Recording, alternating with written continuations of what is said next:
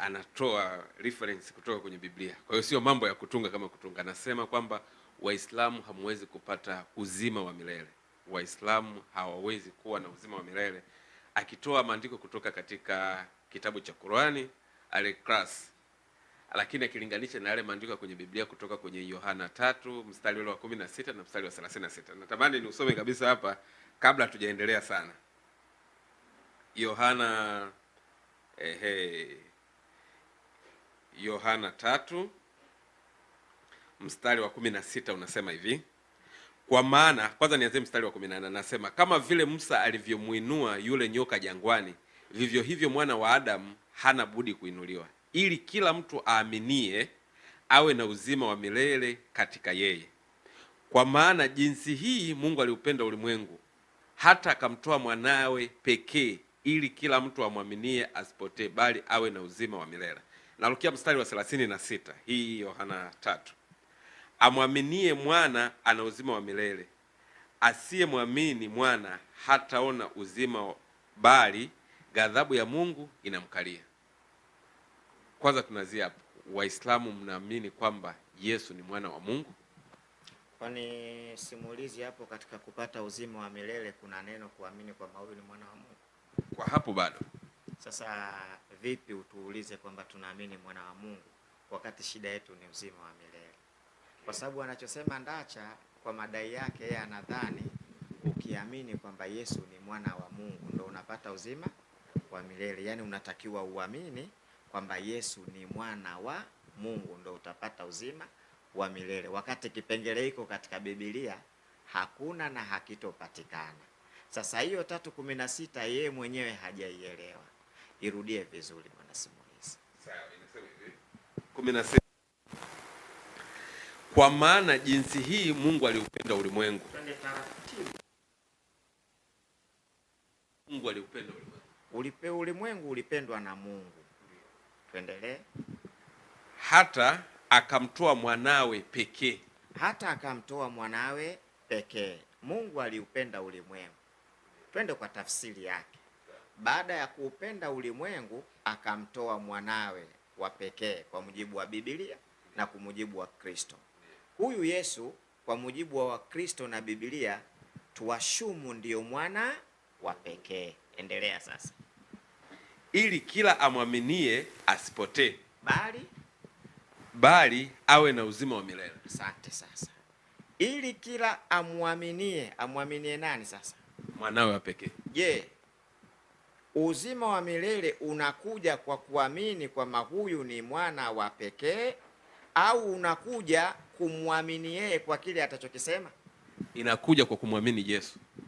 Sawa, kwa kile atachokifanya, atakachokuwa anasema. Sio kwamba sisi tuamini kwamba huyu ni mwana Mungu wa pekee ndio tunapata uzima wa milele. Umeelewa Kiswahili simulizi? Umenielewa kwanza? Hapana. Hujanielewa? Nataka turudie kidogo. Asante. Wakristo kwa mujibu wa Biblia wanasema Mungu aliupenda ulimwengu hata akamtoa mwanawe wa pekee. Kwa mujibu wa Biblia Yesu wanadai ndio mwana pekee wa nani?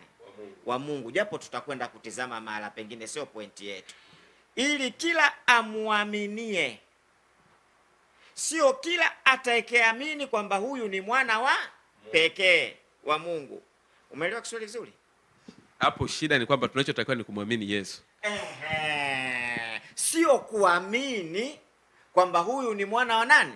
Wa Mungu. Andiko alisemi hivyo, ndipo Ndacha anaposhindwa kuelewa. Sasa Ndacha yeye anatafsiri kwamba tunatakiwa tuamini huyu ni mwana wa Mungu ndo tutapata uzima wa milele. Kumbe andiko alipo hivyo. Nyinyi mnasema huyu ni mwana wa Mungu wa pekee, lakini kila amuaminie. Sio kila atakayeamini kuwa huyu ni mwana wa Mungu, kila amuaminie. Kwa hiyo sisi tunatakiwa tumuamini nani? Muamini Yesu. Yesu ambao Wakristo wanasema ni mwana wa Mungu. Lakini sio tumeambiwa kutuamini kwamba ni mwana wa Mungu. Hivi Kiswahili umekipata vizuri? Hapo nakupata. Kweli simulizi? Hapo nakupata. Sijakuacha hapo. Hapana, yani nilichokuelewa wewe unachomaanisha kwamba hapa Biblia ilivyoandika kwamba inatakiwa tumwamini Yesu atakachofundisha. Asante sana. Sasa umeelewa. Sasa Ndacha alisipoelewa yeye anadhani kule kumwamini kwamba huyu ni mwana wa nani? Wa Mungu. kwamba anataka watu tuamini kwamba uzima wa milele haupatikani sharti tukubali kwamba huyu ni mwana wa nani? Wa Mungu. Kumbe sivyo hivyo. Mungu alimtoa mwanawe wa pekee kwa mujibu wa Wakristo na Biblia ili kila mtu amuaminie. Kuna kitendo cha kuamini, sio kuamini kwamba huyu ni mwana wa nani? Wa Mungu. Kuamini mwana wa Mungu, Biblia haijasema kwamba ndo unapata uzima wa milele, ila umwamini Yesu. Umwamini katika nini? Soma 5:24 Yohana. Yaani Kiswahili tusimulize hapo ndacha ambacho kimemshinda. Yohana 5:24 Kiswahili tu kimemshinda. Amini amini nawaambia, yeye alisikiaye neno langu na kumwamini yeye aliyenituma ana uzima wa milele.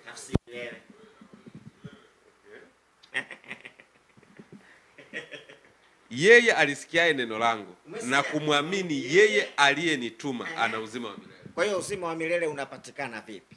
Kumwamini Mungu na kulisikia neno la nani? Neno la Mungu alilotumwa aje alisema Yesu. Sawa, sio kwamba tuamini kwamba Yesu mwana wa Mungu ndio tutapata uzima wa nini? Yaani ni Kiswahili tusimulizi ndacha sichojua. Yaani ndacha hajui tafsiri ilivyo, anasoma vile ambavyo anavyohitaji kwa tafsiri yake. Sijui umeelewa bwana simulizi? Kwa hiyo tunachotakiwa watu sio kuamini kwamba Yesu ni mwana wa Mungu ndo kunatupa uzima wa milele. Sio hivyo. Yesu anasema yeye atakayelisikia neno langu na kumwamini yeye aliyenipeleka yuna uzima wa milele. Mambo mangapi? Kulisikia neno la Yesu na ukaamini kwamba Yesu kampeleka nani? Mungu. Wewe una uzima wa nini? Wa milele. Kuna mtu mmoja alikuja kumuuliza Yesu. Msoma Luka 18:18. Ndacha hajui kitu simulizi. Yaani ndacha mweupe hajui kitu. Kwanza tafsiri anayotafsiri anataka mwenyewe. Analazimisha jambo liingie ambalo haliwezi kuingia jambo hilo. Soma. Tena mtawala mmoja alimuuliza akisema, Mwalimu mwema, nifanye nini ili nipate kuurithi uzima wa milele? Anataka nini huyo bwana? Uzima wa milele. Ambao ndacha anatuambia ili tupate uzima wa milele tuamini kwamba Yesu ni mwana? Tuamini kwamba Yesu ni mwana wa Mungu. Wakati kwenye Biblia hakuna iko kipengele. Huyo bwana sasa anauliza, mwalimu mwema, nifanye nini ili nipate kurithi uzima wa milele? Yesu akamwambiaje? Yesu akamwambia, mbona unaniita mwema? Akamuuliza, mbona unaniita mwema? Hakuna aliye mwema ila mmoja, naye ni Mungu. Hakuna aliye mwema, mmoja tu, naye ndiye Mungu. Yesu anakanusha neno la kuitwa mwema. Anasema sistahili kuitwa mwema. Kwa nini? Hakuna aliye mwema ila mmoja, naye ni Mungu. Endelea. Wazijua amri? Hizo sasa zinakupa uzima wa milele. Wazijua amri wewe? Unajua maamrisho wewe? Unajua unachotakiwa kufanya wewe? Endelea. Usizini, usiue, usiibe, usishuhudie uongo, waheshimu baba yako na mama yako. Mbona amri hizo wanazitoa? Ndio. Hizi ndo zinamfanya mtu sasa apate uzima wa nini? Wa milele, sio kuamini kitu. Anateremsha zile amri unazotakiwa kuzifanya. Endelea.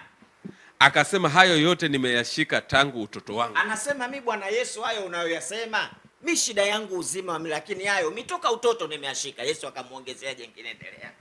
Yesu aliposikia hayo alimwambia, umepungukiwa na neno moja bado. Anawaambia, wewe yote hayo ili upate uzima wa milele, kama yote umeyafanya, kuna neno umepungukiwa bado. Kitu gani? Viuze ulivyo navyo vyote, ukawagawie maskini, nawe utakuwa na hazina mbinguni, kisha njoo unifuate. Mbona maneno haya?